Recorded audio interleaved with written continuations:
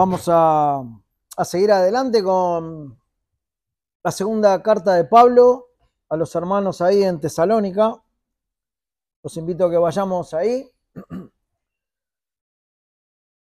Segunda carta a los tesalonicenses en el capítulo 1. Vamos a ir cerrando este capítulo en esta tarde. Algo que me llamaba un poquito la atención, pero para bien, es el factor común que escuchamos en este tiempo previo, ¿no? a la enseñanza en esta tarde en cuanto a la importancia de la iglesia, en cuanto a la importancia que tiene a nivel particular para cada uno de nosotros, porque es un medio de gracia que el Señor nos da. Es un lugar, no solamente un lugar físico en el cual nosotros podemos congregarnos, alabar al Señor juntos, estar delante de Él, estar delante de su palabra, sino que es mucho más que eso, ¿no?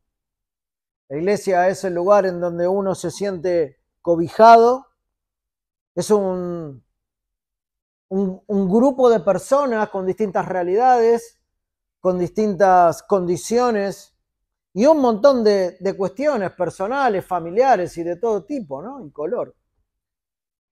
Pero que están encerradas dentro de una misma fe, dentro de un mismo evangelio, dentro de un mismo bautismo y dentro de un mismo Cristo. Y sobre todo eso, cubierto por la misma sangre. Entonces, cuando nosotros consideramos la iglesia de esa manera, podemos entender bastante más profundamente lo que Pablo les dice a los tesalonicenses, o a los colosenses, o a los filipenses, o lo que Cristo habla ahí en el Apocalipsis a las iglesias, porque es de una consideración importante la iglesia. La iglesia no es un cierto lugar en donde miércoles, jueves, martes y domingos me congrego para tener cierta unión o cierta consideración con otro tipo de personas, que luego de esos momentos no tengo trato, no las conozco o no tengo mucha relación. Bueno, en realidad no. En realidad la iglesia está compuesta o quiere formar una gran familia. Dios se propone formarse una familia, una esposa entregada para Él mismo por toda la eternidad. Una esposa que hoy el Señor va guardando, va guiando, va quitándole sus manchas, sus arrugas, para que un día se la pueda presentar a Él mismo de esa manera. Entonces, cuando nosotros escuchamos de la importancia de la iglesia y la podemos vivir en cada situación puntual, en la consideración hacia los otros, en el orar los unos por los otros, en todo lo que sabemos que pertenece al ámbito de la iglesia, entonces podemos entender más aún y más profundamente todo lo que se dice sobre la iglesia. Porque lo podemos vivir. No es algo imaginario, no es algo que a alguien se le puso en la cabeza de conformar un grupo de personas que tengan una misma fe y que todos los domingos, por ejemplo, alaben o canten a alguien que no se sabe quién es. No, no es así. No es así. La iglesia está conformada por un grupo de hijos, por un grupo de personas pecadoras, pero limpiadas por la misma sangre, para darle la gloria a aquel que entregó su vida por ellas. Entonces, cuando nosotros vamos leyendo las cartas, vamos encontrando que, por ejemplo, en este caso, Pablo tiene una consideración importante, importantísima, sublime de lo que es la iglesia. Y nosotros vemos que, bueno, hemos visto ya a partir de la primera carta de Tesalonicenses y empezando la segunda en el primer capítulo, varias cosas importantes también, que nos hacen ver o nos llevan a pensar qué es la iglesia para nosotros hoy día. Nosotros hoy vamos a tratar los versículos 11 y 12 del primer capítulo de ahí de segunda de Tesalonicenses. Vamos a leerlo rápidamente y luego vamos a comenzar. En realidad vamos a leer desde el versículo 6. Dice, porque es justo delante de Dios pagar con tribulación a los que os atribulan. Y a vosotros, que sois atribulados, daros reposo con nosotros cuando se manifieste el Señor Jesús desde el cielo con los ángeles de su poder, en llama de fuego. De esta manera, ¿no? Se va a presentar en llama de fuego, para dar retribución a los que no conocieron a Dios, ni obedecen el evangelio de nuestro Señor Jesucristo, los cuales sufrirán pena de eterna perdición, excluidos de la presencia del Señor y de la gloria de su poder, cuando venga en aquel día para ser glorificado en sus santos y ser admirado en todos los que creyeron, por cuanto nuestro testimonio ha sido creído entre vosotros. Y el versículo 11 dice, por lo cual asimismo oramos siempre por vosotros, para que nuestro Dios os tenga por dignos de su llamamiento y cumpla todo propósito de bondad y toda obra de fe con su poder, para que el nombre de nuestro Señor Jesucristo sea glorificado en vosotros y vosotros en él, por la gracia de nuestro Dios y del Señor Jesucristo. En los últimos versículos que estuvimos tratando hace algunos miércoles atrás, pudimos notar cómo Pablo le dice a los tesalonicenses, en este caso, que sentía un gran gozo por ellos, porque ellos se mantenían firmes a pesar de las persecuciones y de la vida de tribulación en la que vivían. O sea, no era una situación menor, ¿no? Ellos estaban pasando por momentos difíciles, ellos estaban pasando por persecuciones, por tribulaciones, ellos estaban pasando por condiciones personales bien complejas. Bien complejas.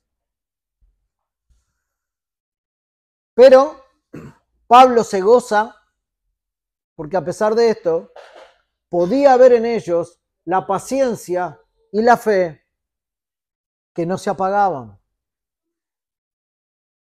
Esto era un modelo inspirador para otras iglesias también. Porque, a ver, nosotros no podemos desconectar, hermanos, la iglesia del primer tiempo con la nuestra. De ninguna manera, porque es el mismo Cristo, es la misma iglesia, con diferentes personas, pero es la misma esencia y el mismo propósito que Dios tiene para la iglesia. Así que para nosotros es exactamente lo mismo. Y todas estas consideraciones que nosotros tenemos para con la iglesia son consideraciones para nosotros hoy día. No son simples historias aisladas de distintas iglesias en alguna parte del mundo, en Colosas, en Filipos, en Tesalónica, y nada tienen que ver con nosotros. No es ese el fin de la Escritura, sino que el propósito es para que nosotros nos tomemos de estas consideraciones y las vivamos. Por eso es importante la iglesia. Por eso la iglesia no es algo más en la vida de los hijos de Dios. Debe ser lo más importante. Entonces ellos, a pesar de las persecuciones y de la tribulación en la que vivían, se mantenían con paciencia y con fe. Decíamos que esto es un modelo para las otras iglesias y era un modelo para otras iglesias. Saben ustedes que las cartas de Pablo, él las presentaba, las enviaba a las iglesias y les decía, léanlas, que las lean las demás también, ¿no? O sea, era para todas las iglesias. Entonces esto era algo inspirador. Pablo les comentaba que si ellos podían seguir de esta manera era porque Cristo los hacía perseverar a pesar de las pruebas. Hermanos, cada cosa que nosotros escuchamos, cada consideración en cada una de las líneas de la Escritura, en cada carta o en cada pasaje de la Biblia, tomémoslo personalmente. Tomémoslo personalmente. Es para nosotros, es para los hijos, es para el cristiano, es para el Hijo de Dios. Entonces, si Cristo los hacía perseverar a pesar de las pruebas, a nosotros también nos hará perseverar a pesar de las pruebas. A nosotros también nos va a ayudar porque somos hijos igual que los de Tesalónica. Son promesas fieles de las cuales debemos tomarnos. Pero también el Señor les decía que esto era justo juicio de Dios en el sentido de que Dios veía la aflicción por la cual ellos estaban pasando. Pero que también, al ver esto, les daba el reposo o les mostraba el reposo en el cual iban a vivir cuando el Señor venga. Por lo tanto, ellos estaban conscientes de esta segunda venida de Cristo. En varias oportunidades ya Pablo le había hablado a los tesalonicenses sobre esto. En varios pasajes trató este tema, ¿no? También les habla de los que no conocían a Dios. ¿Cuál iba a ser, lo leímos recién, su final, ¿no? Excluidos totalmente de la presencia del Señor. Esto también es para acá, ¿eh? Esto también es para nuestro tiempo.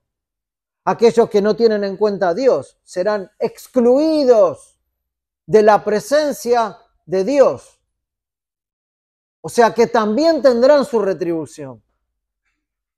No solamente los hijos de Dios tendrán una buena retribución, sino que va a haber retribución para toda la humanidad. Para los hijos, vida eterna en Cristo Jesús, pero para quienes no consideran, también va a haber una retribución y no va a ser de las mejores.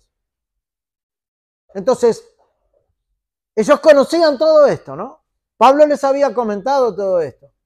Iba a haber una pena eterna, alejados de la presencia del Señor.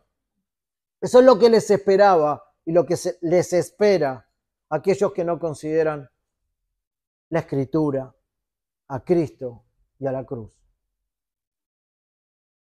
Sin embargo, los tesalonicenses habían recibido la dicha de ver la majestad de Cristo cuando viniera.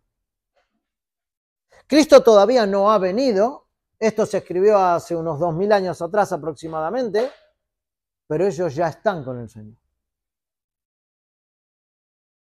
O sea que la dicha ya es verídica para ellos, ya es una realidad. Ya esa fe y esperanza y amor se transforma solamente en amor, porque ellos ya dejaron atrás su vida en este mundo para que esa fe y esa esperanza se transformen en una realidad. Y esto es lo que a nosotros también nos espera como hijos de Dios cuando venga en gloria.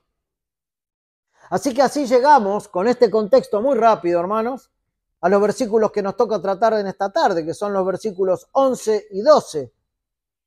Por lo cual, asimismo, oramos siempre por vosotros, dice Pablo, para que nuestro Dios os tenga por digno de su llamamiento, cumpla todo propósito de bondad y toda obra de fe con su poder, para que el nombre de nuestro Señor Jesucristo sea glorificado en vosotros y vosotros en Él, por la gracia de nuestro Dios y del Señor Jesucristo. Pablo tenía muy buenas noticias de esta iglesia y su espíritu se gozaba. Realmente él estaba bien alegre, ¿no? En escuchar que los de Tesalónica estaban firmes en el Señor. Bueno, esto es real, hermanos. No es una fábula o algo que uno tiene que creer porque está escrito en la Biblia. Nosotros debemos ponernos en la piel de Pablo y tratar de entender, así como nos gozábamos en lo que escuchábamos en las oraciones hoy, en la vida de los hermanos, entender que Pablo tenía un gozo superlativo, grande, claro, por la vida de estos hermanos. Él estaba muy contento y muy gozoso de que ellos, a pesar de todo lo que sucedía, seguían firmes en el Señor. Ahora, esto es real. No es algo ficticio, no es algo a lo cual, bueno, qué bueno que es estar así, hermanos. Esto es real, lo que le sucedía a Pablo. Así como cuando hoy hay hermanos que no están caminando, conforme a Cristo, en esa situación da tristeza y da angustia. De la misma manera, la alegría se hace presente y el gozo se hace presente cuando sí vemos o podemos notar que en la vida de nuestros hermanos la presencia de Cristo es real. Que ellos obedecen al Señor, que ellos buscan honrarle, que ellos buscan servirle, que ellos quieren agradar a aquel que murió por sus pecados. O sea que esto es real hacia lo malo y hacia lo bueno. Pablo se gozaba por esa iglesia. Estaba bien contento porque ellos andaban firmes a pesar de cualquier cosa.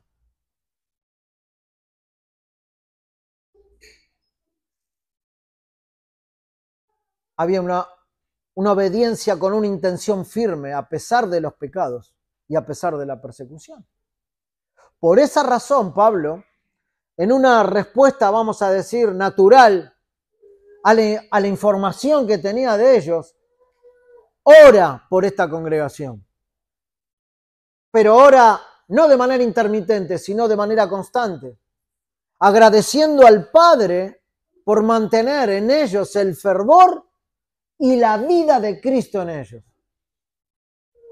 No solo él se gozaba, sino dice, por lo cual asimismo oramos siempre, siempre, todo el tiempo, para que ese fervor se mantenga en esa iglesia, para que nada los sacuda de tal manera que ellos queden tirados, queden aislados de Cristo, queden fuera de sus bendiciones.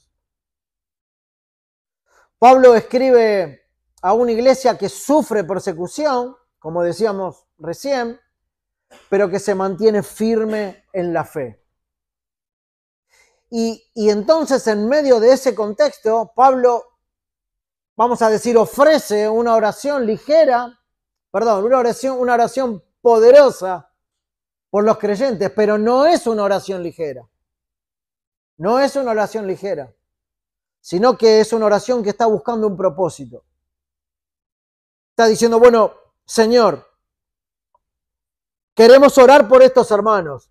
¿Para qué? Es como si Dios preguntara, ¿para qué, Pablo? ¿Cuál es el propósito de tu oración? ¿Cuál es el propósito de lo que me estás pidiendo? Bueno, Pablo lo describe ahí. Lo describe en esos versículos. Esta oración está revelando en el versículo 11 y en el versículo 12 lo que Dios desea producir en medio de su pueblo. Pablo está orando en la voluntad del Señor, alineándose con la voluntad del Señor para que el Señor haga lo que Él quiere hacer en medio de su pueblo, en medio de los tesalonicenses, en medio de nosotros también.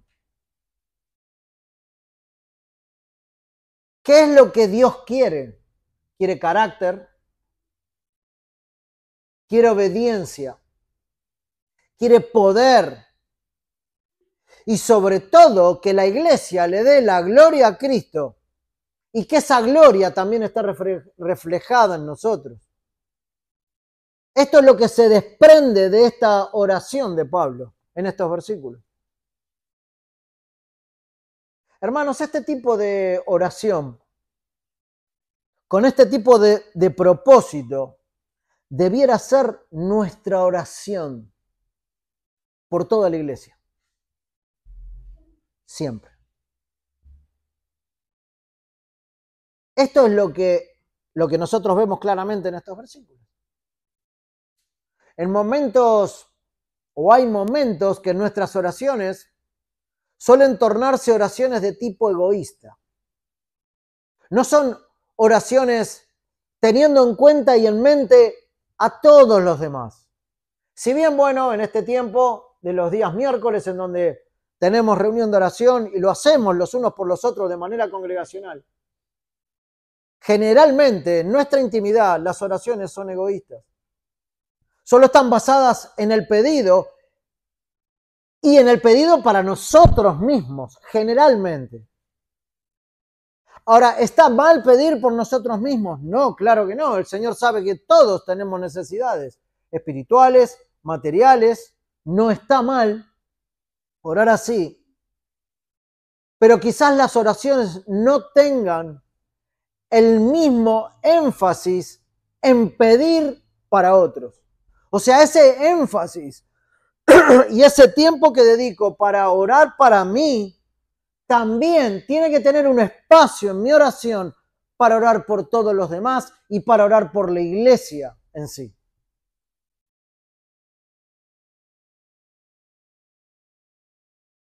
Santiago lo dice así en el capítulo 5, en el versículo 26. Confesaos vuestras ofensas unos a otros.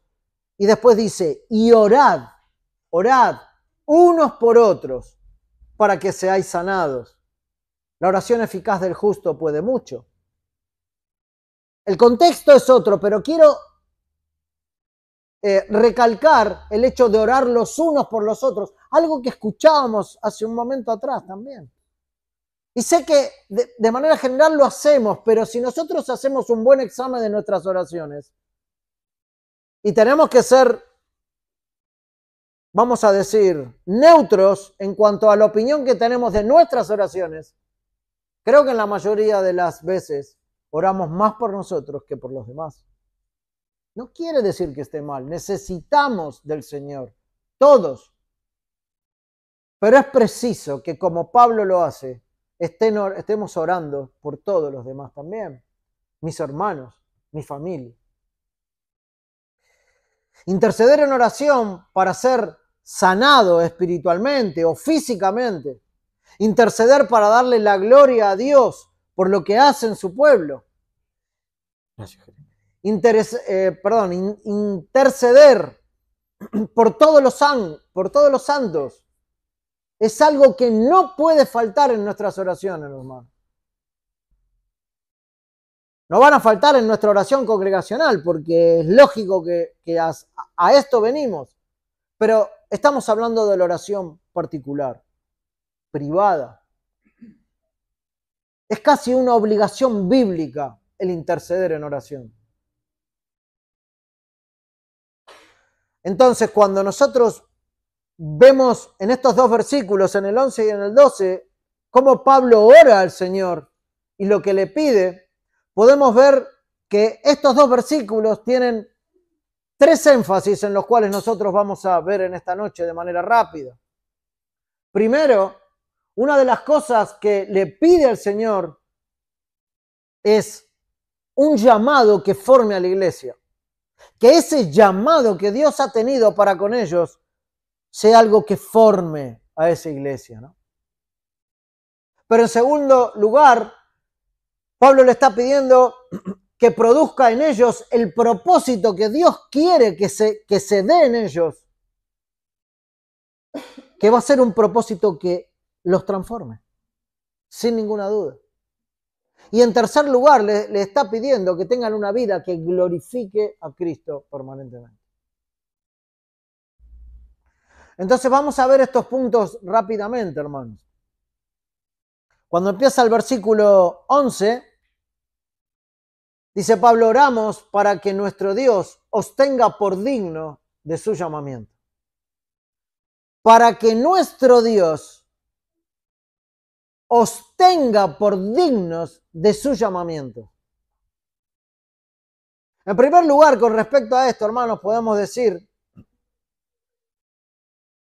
que esto no se trata de ser merecedores del llamamiento, sino vivir conforme a ese llamamiento. Él está pidiéndole al Señor que estos tesalonicenses vivan de manera conforme al llamamiento que ya han tenido. No es que nadie se trate como merecedor de ese llamamiento. Ese es el punto, ¿no? Entonces la oración del apóstol parte de un pensamiento que es el hecho de no ser merecedores de ese llamado, sino de ahora por ese llamado, parecido a la bienaventuranza, ¿no?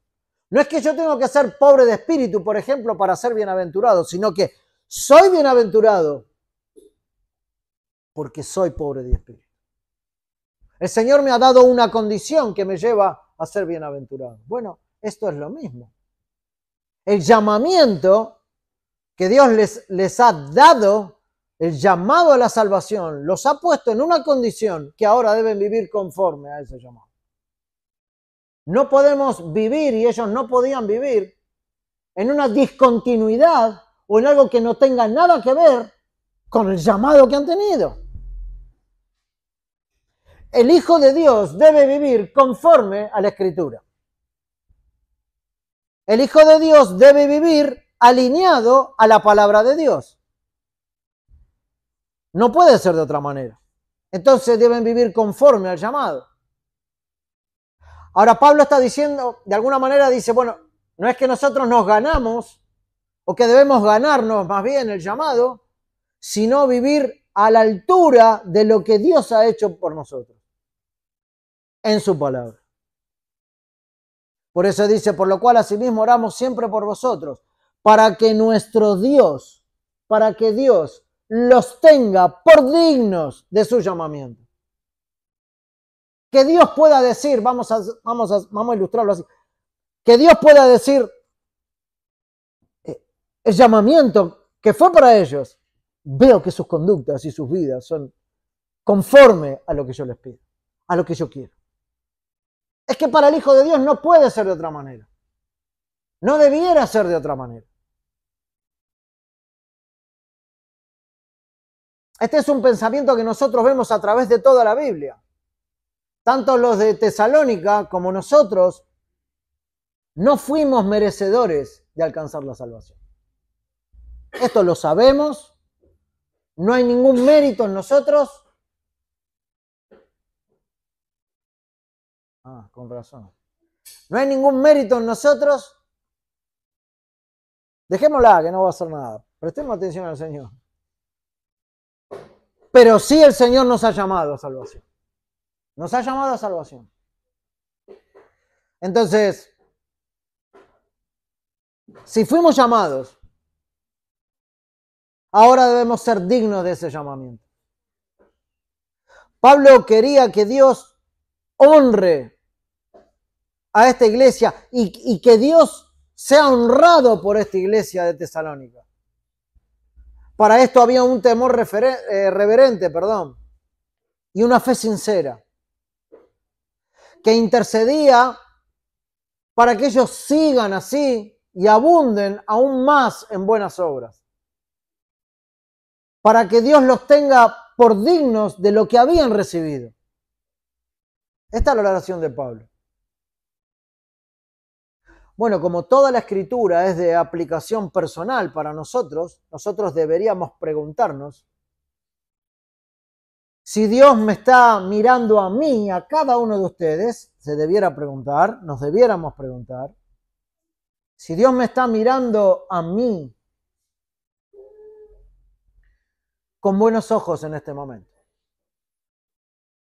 ¿Estoy siendo digno de su llamado? ¿Se siente honrado por mi conducta cristiana el Señor? ¿Se siente honrado por mis frutos? ¿Por mis charlas? ¿Se siente honrado en los lugares que frecuento? ¿Se siente honrado en mi comunión íntima? ¿En mis oraciones? ¿Puedo decir con franqueza que estoy siendo digno de su llamado? Porque Dios quiere que así sea, para todos sus hijos, en todo tiempo. No por temporadas o cuando todo está bien en mi vida y bueno, puedo darle más lugar a Dios. Sino que el punto es que no tengamos que salir delante de Él avergonzados, ¿no? Y no dejar de ser tomados por dignos a causa de nuestra terquedad y de nuestro pecado. Dios nos ha llamado a salvación, al igual que los tesalonicenses. Y entonces nos llama a santidad. Y nos llama a seguir a Cristo en todo. Ese llamado de Dios es el punto de partida, hermanos. La vida cristiana comienza con un acto de condescendencia de Dios para con nosotros, así como nosotros ya lo conocemos. También lo dice así la confesión de fe, ¿no? Es un acto de condescendencia que Dios tiene para con nosotros. Él nos llama, Él es el que nos atrae, Él es el que nos sostiene. No hay lugar para el pensamiento de que si nos ha llamado para salvación, a formar parte de su reino, a formar parte de su familia, ahora nos va a dejar desprovistos de toda capacidad espiritual para que le honremos. No tengo capacidad espiritual para honrar y para vivir en la conducta que Cristo quiere para mí. No puedo, la mayoría de las veces en mi vida, darle la honra. ¿Cómo puede ser? Si somos hijos, si su espíritu está en nosotros. De ninguna manera es así, hermanos. Lo que sí sucede cuando vienen esos pensamientos es que en realidad no estamos demasiado tomados de su Santo Espíritu. No es que Él no nos ayuda o nosotros no podemos, no puedo con esto, con lo otro. No. Es que hay un problema de fondo, que es mi comunión con Él, que no es de la mejor o de las mejores. Tenemos la posibilidad de honrar al Señor en todo tiempo. Cuando no lo hacemos, no es porque Él tiene la culpa o porque hay algo de lo que Él es que no me ha dado. No es eso, sino que es por nuestra propia negligencia. Por nuestra propia negligencia. Varias veces no somos dignos de su llamado. Por eso Pablo oraba así por ellos. Para que nuestro Dios sostenga por dignos de su llamamiento.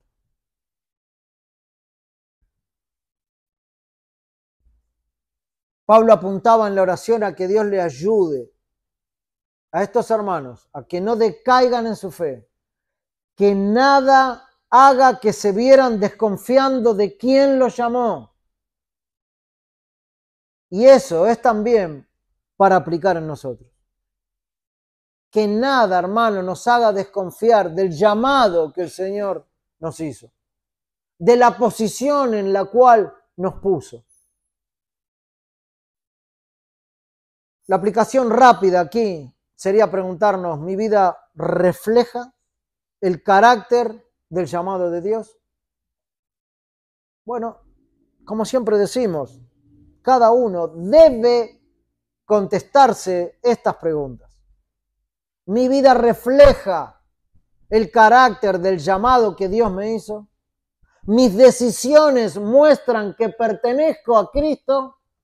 Las decisiones diarias, no las grandes decisiones de la vida, me caso, no me caso, tomo este trabajo. No, la diaria, las decisiones que tomo todos los días, ¿están reflejando esto? ¿Muestran que pertenezco a Cristo mis decisiones? En segundo lugar, por lo cual ora Pablo, es por un propósito que nos transforme o que les transforme a los tesalonicenses en ese caso. Cuando dice, y cumpla todo propósito de bondad y toda obra de fe con su poder. Primero, que sean dignos del llamamiento. Segundo, que cumpla todo propósito de bondad y toda obra de fe con su poder. Y esto nos lleva a pensar, hermanos, que Dios mismo completa lo que inicia. Dios completa lo que inicia. Pablo no dice que ellos deben cumplirlo por sus fuerzas. Nunca vamos a escuchar decir eso. Estamos bien lejos de poder entender que es por nuestras propias fuerzas, lo sabemos, pero muchas veces eso no se pone en práctica. Sí lo sé, porque claro, lo sé, es en sus fuerzas, es en su poder. Pero yo siempre meto mi cuchara. Yo siempre quiero ayudar al Señor. Yo siempre quiero ayudar para que esa voluntad torcida se haga, cuando quizás esa no es la voluntad de Dios para mí. Entonces, Dios inicia algo que lo va a terminar desarrollando, llevándolo adelante y cumpliéndolo, pero va a ser en su poder, siempre. No va a ser en nuestras fuerzas. Dios cumple, pero Dios cumple en ellos. Dios cumple en los tesalonicenses y Dios cumple en nosotros por medio de Cristo y de su voluntad. Hay gran variedad de promesas bíblicas que nos deberían entusiasmar a nosotros con respecto a esto y llevarnos a confiar plenamente en cada una de ellas. Una muy fácil, si yo preguntara cuál es el versículo más conocido que nos habla de que el Señor comenzó algo con un llamamiento previo a nosotros, nos trajo la salvación y que nos va a ayudar y nos va a sostener y va a hacer que pensemos confiadamente que Él sigue haciendo su obra en nosotros. ¿Cuál sería? Filipenses 1:6, ¿no? Estando persuadido de esto, dice Pablo, que el que comenzó en vosotros la buena obra, la perfeccionará hasta el día de Jesucristo. Cuando Pablo hace esta afirmación en Filipenses, hermanos, es una promesa fiel que no solamente expresa gozo en la gracia o por la gracia de Dios en la vida de los filipenses en ese tiempo presente, sino que también está mostrando una confianza en que perseverarán en la gracia hasta que la salvación sea completada. Hay un tiempo en el cual esto se va a llevar adelante. Es desde el llamamiento hasta que el Señor venga a buscar a su pueblo de manera individual en la muerte o de manera congregacional, vamos a decir, si el Señor viniera a llevarse a su iglesia. Por eso Pablo presenta este propósito de la oración, porque se basa en la promesa de Dios, en llevar en sus manos a su pueblo con total seguridad de que va a suceder y de que cada uno de ellos pueda ser santificado en esta vida y preparado así para una futura vida con Cristo. Por eso dice, y cumpla todo propósito de bondad y toda obra de fe con su poder. Pablo está orando en voluntad del Señor. No está pidiendo cosas alocadas o egoístamente para él. Está pidiendo que todos los demás sean formados y perseverados por Dios en su poder en esta vida hasta la venida de Cristo. Hermanos, esto es para nosotros.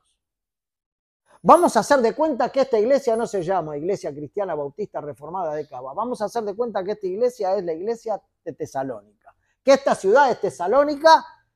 Hermanos, esto es para nosotros. Esto es para nosotros. ¿Podemos tomarnos? Claro que sí.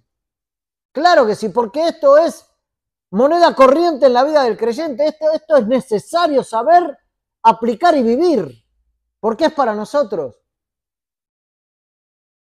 Por eso Pablo presenta este propósito, para que cada uno pueda crecer en esa santidad en esta vida. Hay un propósito de bondad, está diciendo. Esto incluye buenas obras. Claro, al andar así y al ser perseverado así por el Señor, esto produce buenas obras, buen carácter, actitudes que reflejen a Cristo. Como por ejemplo Pablo se lo dice a los filipenses en el capítulo 4, versículo 8. Por lo demás, hermanos, esta es una de las cosas, entre tantas que dice el Evangelio, que debiera suceder o sucederle al Hijo de Dios. Por lo demás, hermanos, todo lo que es verdadero, todo lo honesto, todo lo justo, todo lo puro, todo lo amable, todo lo que es de buen nombre, si hay virtud alguna, si algo digno de alabanza, ¿de parte de quién? De Dios, que por el llamamiento que nos hizo, debiera producir este versículo en nosotros. En esto pensad, dice Pablo. Esto es lo que tendría que surgir de un corazón que ha sido rescatado. Siempre. Todo cristiano debe de manera intencional prestar atención y meditar en todo lo que este versículo pide de él.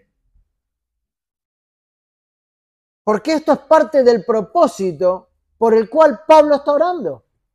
que se cumpla el propósito, Señor, en ellos. ¿Qué propósito, Pablo, me estás pidiendo? De bondad y de toda obra de fe con tu poder, Padre, en ellos.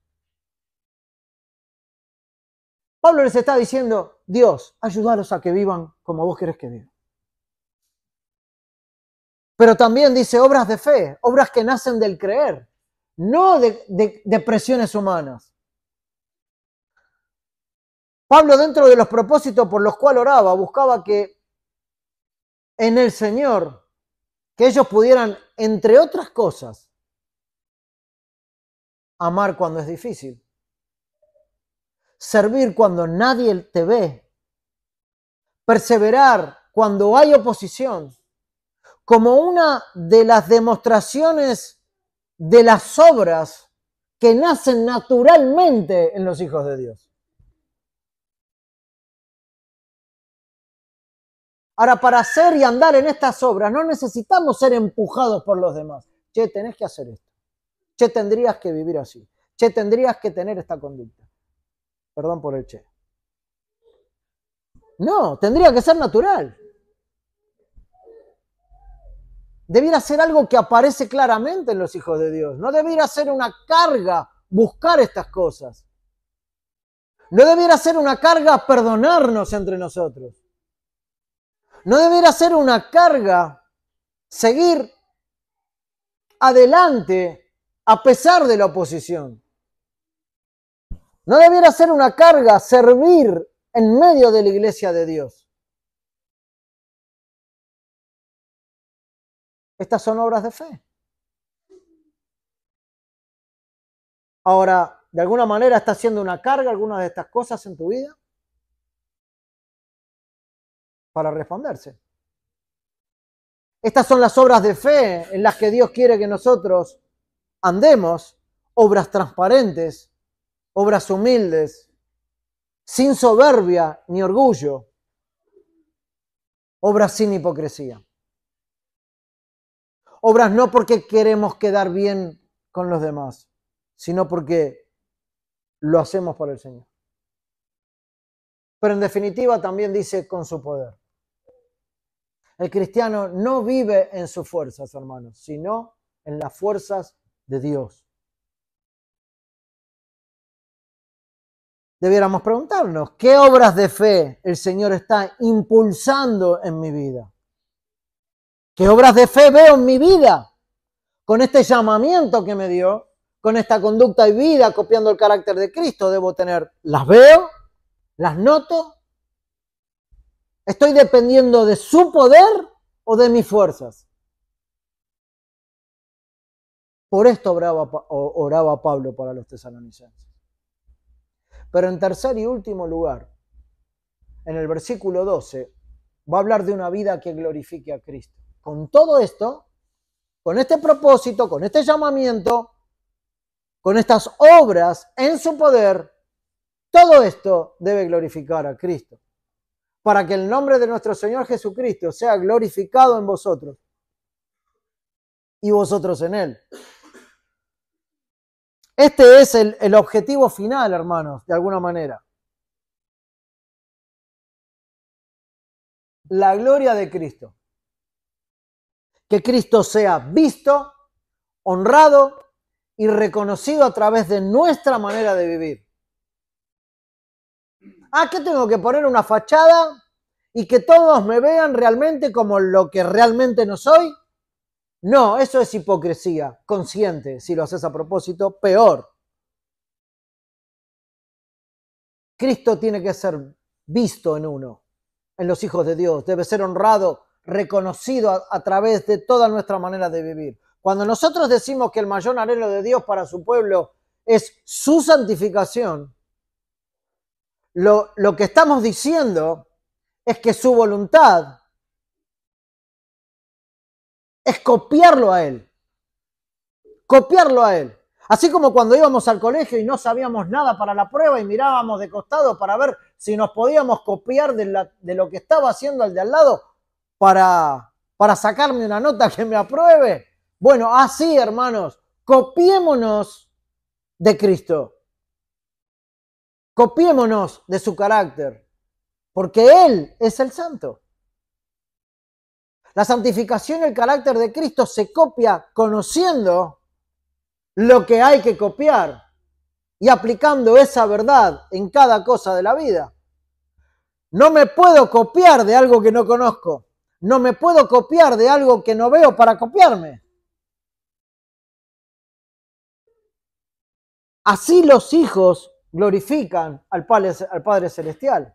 Es como un padre biológico, ¿no?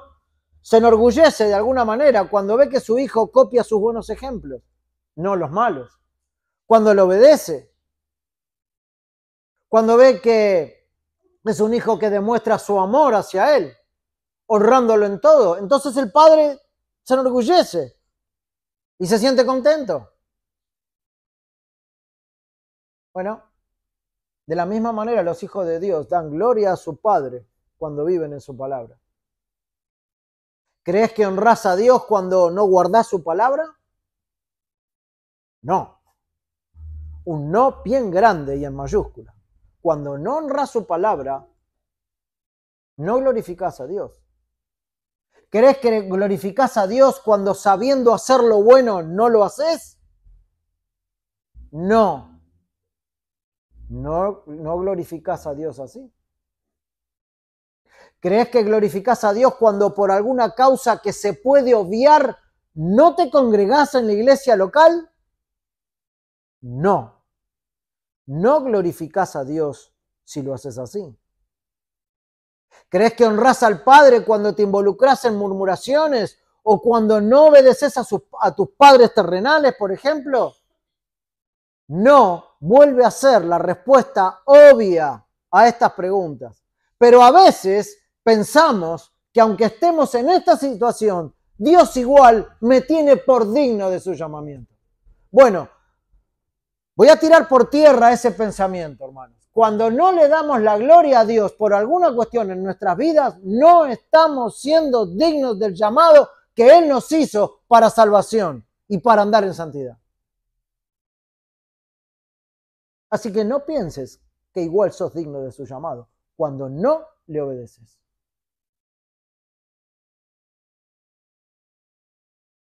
Cuidado, porque la mayoría del tiempo en nuestras vidas estamos en el sector peligroso del pecado y en esa posición no hay ni gloria ni honra a su nombre. En estos últimos días, como escuchábamos hace un rato también, nos enteramos de este pastor conocido y reconocido que entró en una situación de pecado. Y el reconocimiento de ese pecado lo llevó a tener que dejar de lado su ministerio, sus tareas en los seminarios, las organizaciones bíblicas y toda la gran tarea que tenía este hermano.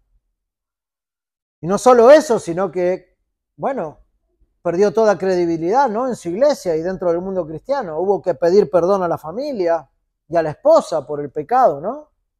De adulterio. Cuando uno escucha estas cosas, yo particularmente cuando escucho este tipo de cosas me pregunto, ¿dónde y cómo queda Dios en todo esto? Porque entendemos, hay que orar por el hermano, tener misericordia y no creer que uno está firme y que nunca va a caer, porque todo puede pasar. Somos pecadores, seguimos siendo pecadores y nos puede pasar. Dios quiera que no, pero para eso dependemos de una comunión permanente con Él, digna de su llamamiento, porque si no hay comunión, vamos a caer en esto y en varias cosas más. Y no quiero ni pensar por lo que debe estar pasando este hombre en este momento. Viniendo de estar cubierto por la sala de su padre, guardado durante años, pero que en un momento se fue alejando y ya hoy no tiene esa protección.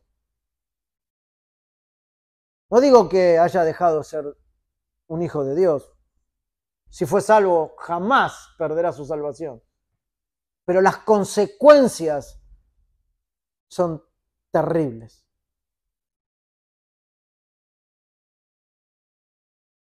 Entonces la pregunta es, ¿dónde queda Dios cuando pasan estas cosas? Su palabra es despreciada por muchos cuando saben de estas cosas. Generalmente el mundo, ¿no? Que dice, estos son los cristianos. Estos son los que hablan de Cristo, de la cruz, del perdón de pecados. Mirá, ustedes son iguales a cualquiera. ¿De qué sirve Dios? Es toda una gran mentira. Dios queda por el piso a causa de nuestra conducta. Y me pregunto, ¿estaremos glorificando a Dios así? Por supuesto que Dios no necesita ningún defensor y sabe muy bien qué hace y qué permite y en quién lo permite. Es parte de su soberana voluntad. Pero el Evangelio es maltratado por nuestra causa, por nuestra conducta. Porque alguno quiso darse más la gloria personal que darle la gloria a Dios con su conducta. Preferimos a veces más lo nuestro, nuestra gloria, nuestro deseo y nuestra obstinación